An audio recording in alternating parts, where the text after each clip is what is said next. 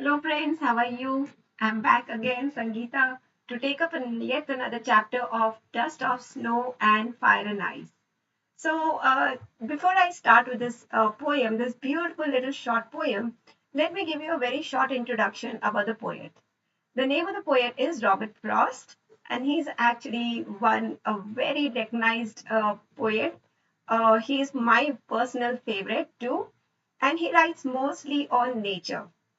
And there's a deeper message in most of his poems. It's not just at the superficial level, he goes deep inside into his poems. And he conveys a very deep message. He's an American born poet, and like as I said, he's a poet of the nature. So let us start and this poem and see what he has to offer us in this poem. So the name of this poem is Dust of Snow. So I'll first read it out to you and then I'll explain it to you and then I'll take up the figures of speech. The way a crow shook down on me the dust of snow from a hemlock tree has given my heart a change of mood and saved some part of a day I had rued. So basically over here what he's trying to say is that he was a poet कहीं पे आ रहे थे वो कहीं से आ रहे थे और लास्ट लाइन कहता है कि उसका दिन उनका दिन थोड़ा सा खराब था. A part of his day had been rued in regret. So rued का मतलब to think something in regret over and over again. So उनका आधा दिन कोई प्रकार की कोई चिंता में या कोई regret में खराब हो गया था. It had been wasted. So as he was passing by the forest on a wintry evening, how do we know it's a wintry day? Because there's dust on the hemlock tree. So वो पेड़ के नीचे वो hemlock पेड़ के नीचे बैठ गए and एक crow एक कौवा आके एक branch पे बैठ गया and it shook down some dust of snow that was there on the hemlock tree. So the way a crow shook down on me the dust of snow from a hemlock tree. So the crow came and sat on a branch of the hemlock tree under which the poet was sitting. And what was the result? What happened to the poet after that? It has given my heart a change of mood. So suddenly that experience changed the poet's heart. He had been regretting, lamenting, he had been sad about some incident, some event that had taken place, and it had practically spoiled half of his day. So basically, what it means is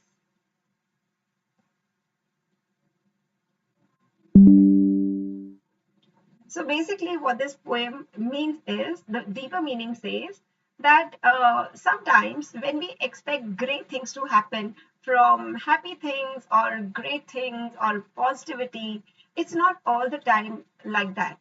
Sometimes some mood changes can be some negative events as well.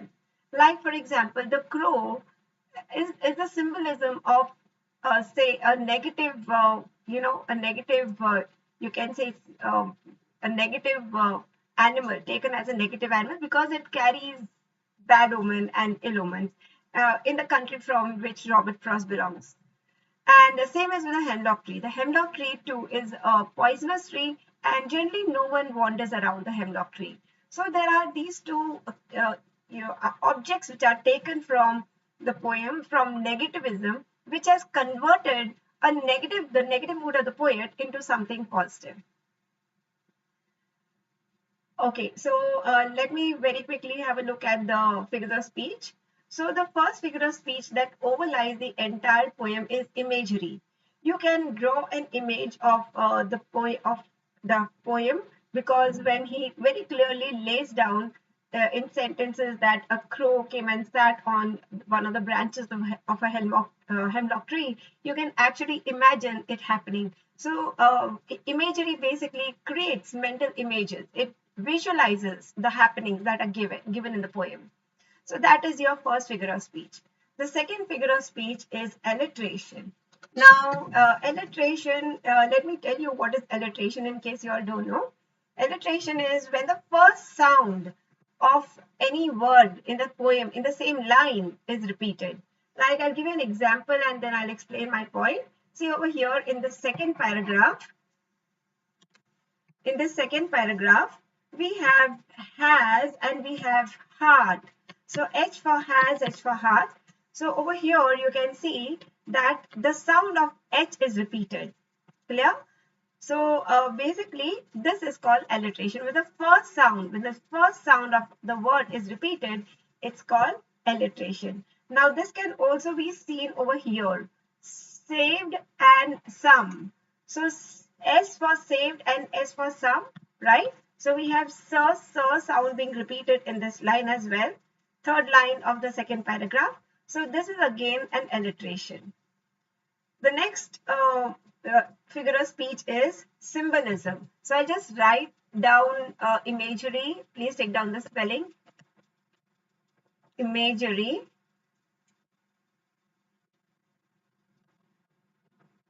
Right?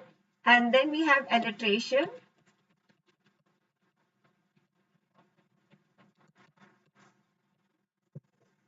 All right. And then we have the next one we have is symbolism.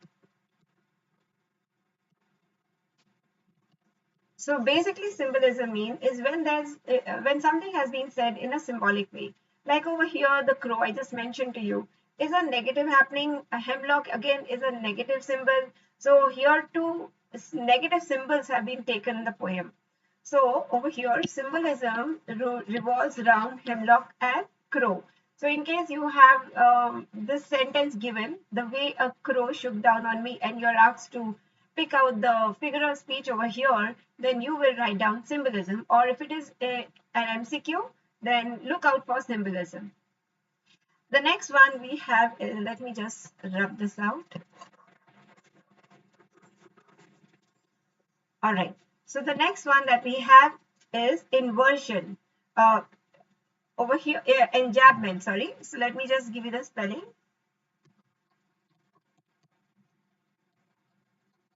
Enjambment. So enjambment is when you don't see any break at the end of the sentence, but the sentence has been continued to the next line, right? So over here you can see that after crow, there is no break over here. There's no punctuation mark used. See, in neither of the sentence at the end, there is any punctuation mark used. And the sentence flows on to the next line with ease. Like, for example, the way a crow shook down on me is like almost, it's a continuity, right? Without any break.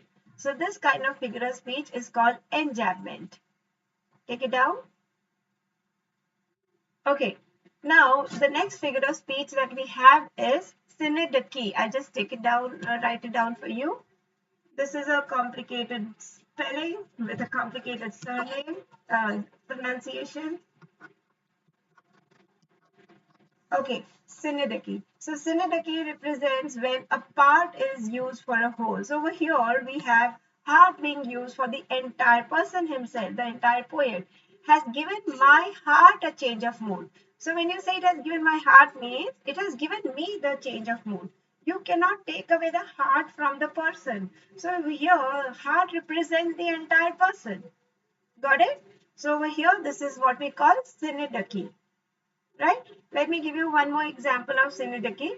कभी कभी हम बहुत थक जाते हैं और हम ऐसे बोलते हैं मेरे पैर एक और कदम नहीं ले पाएंगे. Okay so when I say that या मेरे हाथ ये काम नहीं कर पाएंगे. So it's basically when I'm referring to the part as though it was the whole, right? As though it was the whole body. So when you represent a part with a whole, it is called synecdoche. Okay, and the next and the last figure of speech that we have over here is assonance. Assonance. Okay, so I'm sure you all know what are vowels and consonants. Vowels are A, E, I, O, U. So the sounds that are produced with vowel sounds are called assonance, and the sounds that are produced with the consonants are called consonants. So we don't have examples of consonants over here, but I would like to point out assonance.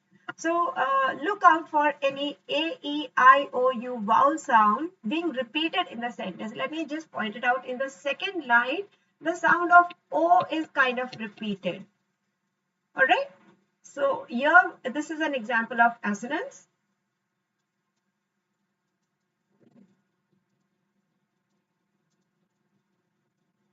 Okay, same as with second paragraph, second line of mood, right? And the as sound that is repeated in the third line of the second paragraph, as well as the as sound that is repeated in the last line of the third paragraph. So these are very good examples of assonance. However, from exam point of view, let me just tell you that assonance isn't a very common question that is asked in the board exam. Neither is imagery. A question can come on imagery, but it's not asked as a poetic device, right? Okay, so last but not the least, let us see what is the poetic device that is used over here. So I'm sure you all know what a poetic device is, because you all have also completed ninth, and this was a question which used to also come in the ninth. So it's nothing but the rhyming scheme that is there at the end of the sentence. So what if the question on the poetic device comes, what is a rhyming scheme of this poem? So I'll tell you how to figure it out. So you have to see what is the rhyme of the last word. So over here we have crow. Okay, since crow is the very first alphabet, let's give it A, the name of A as the alphabet.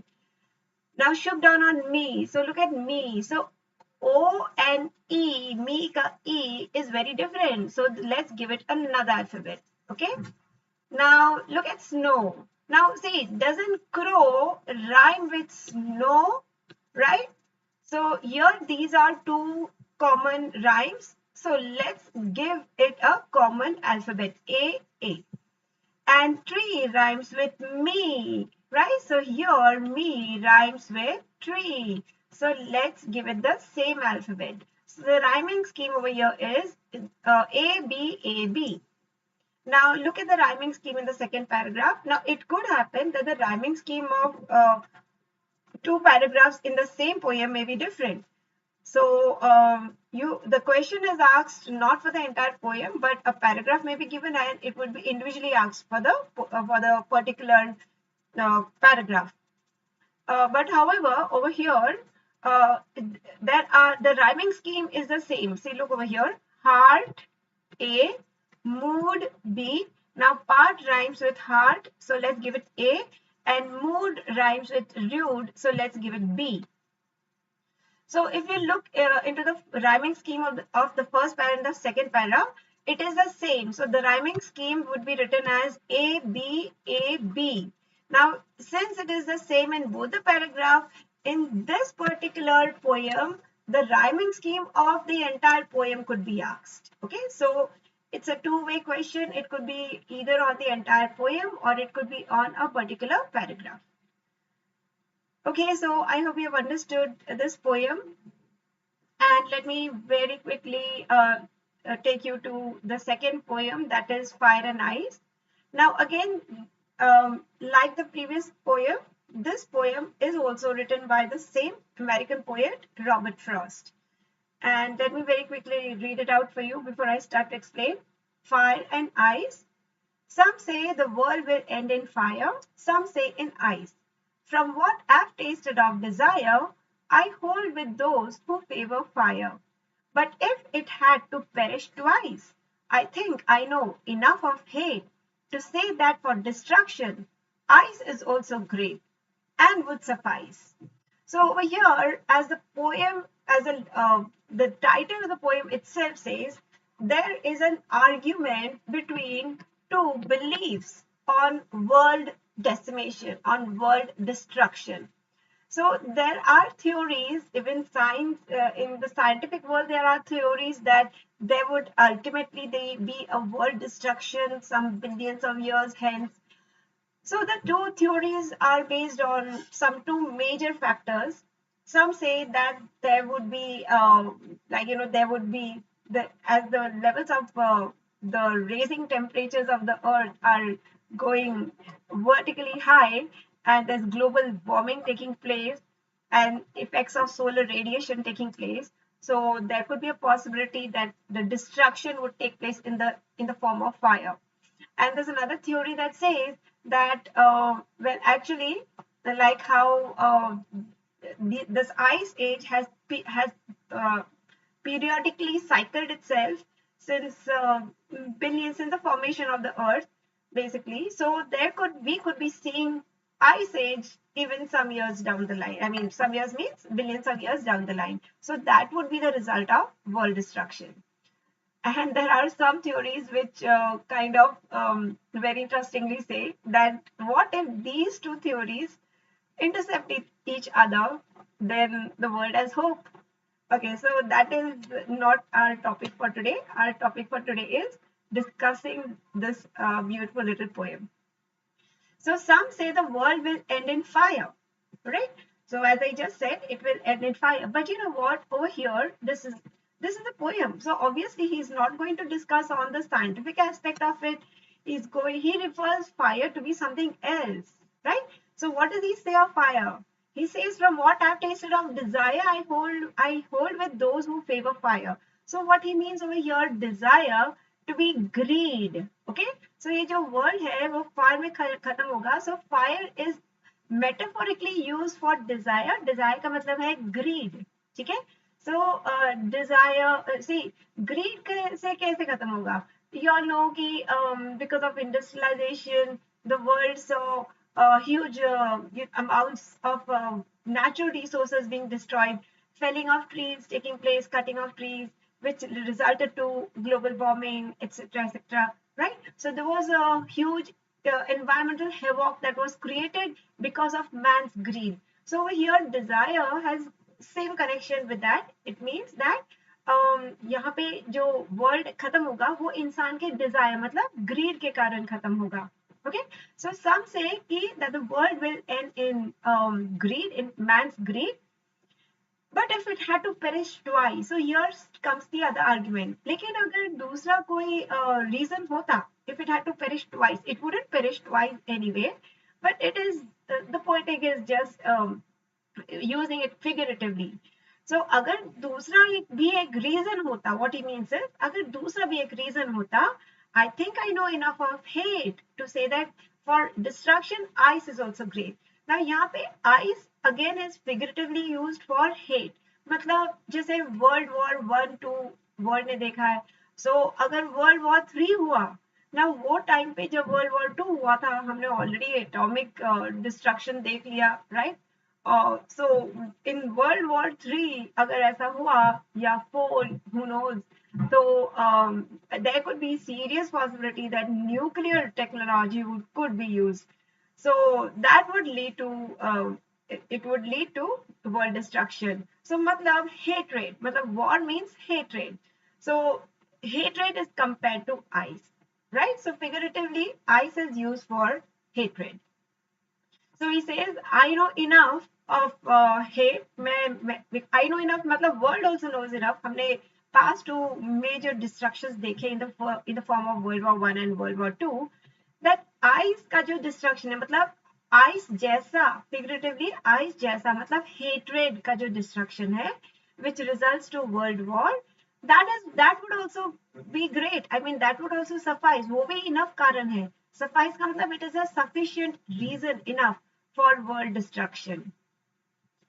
So this is the meaning of the poem, and that's the greater meaning as well. Do not take ice and fire per se, because it's a poem and it's written by Robert Frost, and I already told you he always draws out a deeper meaning in his poems.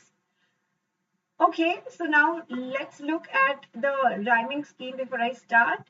So over here, see, let's give fire as A. हम fire को A देते हैं, and ice को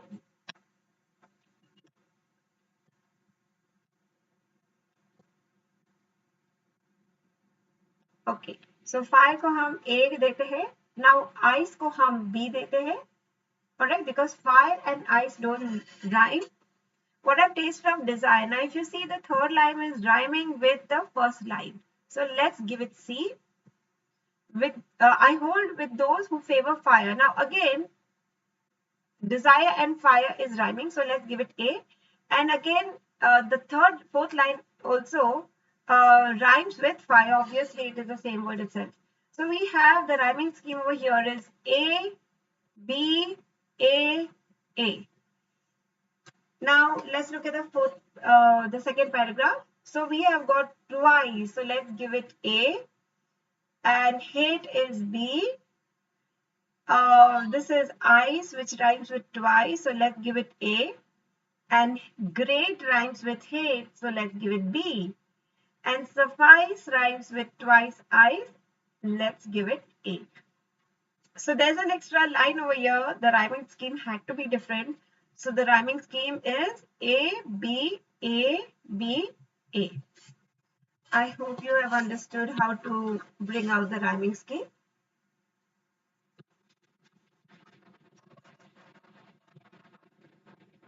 All right. Now let me discuss the other figures of speech that are here. Now something which is quite obvious in this entire poem is the way how fire and ice has been figuratively, or you can say metaphorically, used. So the first figure of speech is metaphor.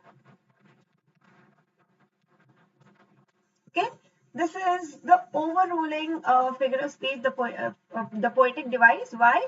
Because it's titled itself as the fire and ice. So the title itself conveys the metaphor. So that's the reason it is an overruling figure of speech over here. Apart from that, we have got again symbolism. So like how crow and hemlock tree held a symbol in the poem. So in the same way, you can see how fire and ice also symbolize something, right? So you can also say symbolism is also used over here.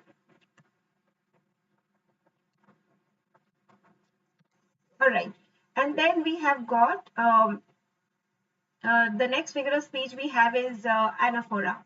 Anaphora is where you have a repetition of the first word in two consecutive lines. So we have some. Over here we have some say and some say. But even if it were only some to be repeated in both the lines, you could still say that anaphora applies. So take down anaphora. All right. Now there is a repetition also over here. So you can see the word I has been repeated twice in the same line. So let's call it repetition.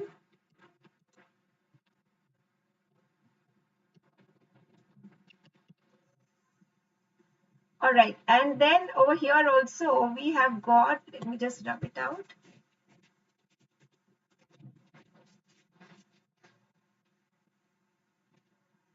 All right. So we have got enjambment over here too.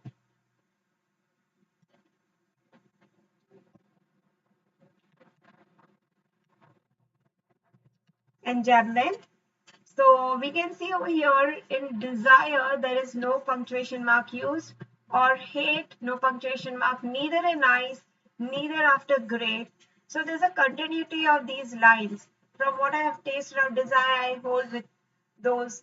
I know enough of hate to say that destruction of ice is also great and would suffice. So it's like a continuity without any pause or break at the end of the sentence. That's called enjambment.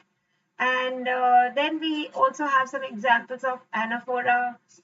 You can see it over here. We have examples of alliteration. Alliteration. So I just told you what is alliteration. I'll repeat it because in repetition and when you repeat information, you will eventually learn it. So we have got the first alphabet of any word in the sentence, in anywhere, any place in the sentence, but it has to be the same line. It cannot be the next line. So if the first alphabet is repeated, the sound of the alphabet is repeated, it is called alliteration. So here we have got fur and fur being repeated. And in the first line also you can see were and were sound is being repeated. I'm intentionally not using W. I'm using the sound of it for you to remember that don't go with the alphabet. Go with the sound of the alphabet. Okay, like for example, the alphabet TH sometimes takes the sound of D, and sometimes it takes the sound of TH, right? So don't go with TH itself because for all you know, the sounds may be different. And we also have some examples of assonance in the sentence. So you can look out for O. See, look at the sound of O in the last line of the first paragraph, right? So the repetition of the vowel sound in the word in the same sentence is called assonance. And let me give you the spelling of assonance once again.